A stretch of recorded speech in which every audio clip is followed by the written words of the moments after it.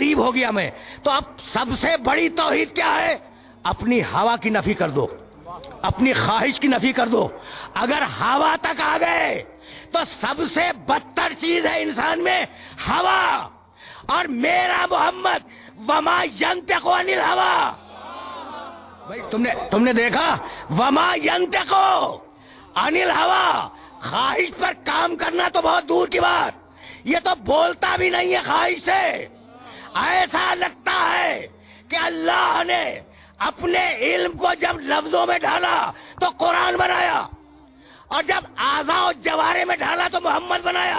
भाई ये जुमला पहुंच जाए फिर मैं अपने सुनने वालों को आगे ले जाऊंगा। ऐसा महसूस होता है कि जब इल्म इलाही लफ्जों में आया, इल्म इलाही जब लफ्जों में आया तो कुरान बना, और मशीयत इलाही जब पैकर में आई तो मोहम्मद बनी।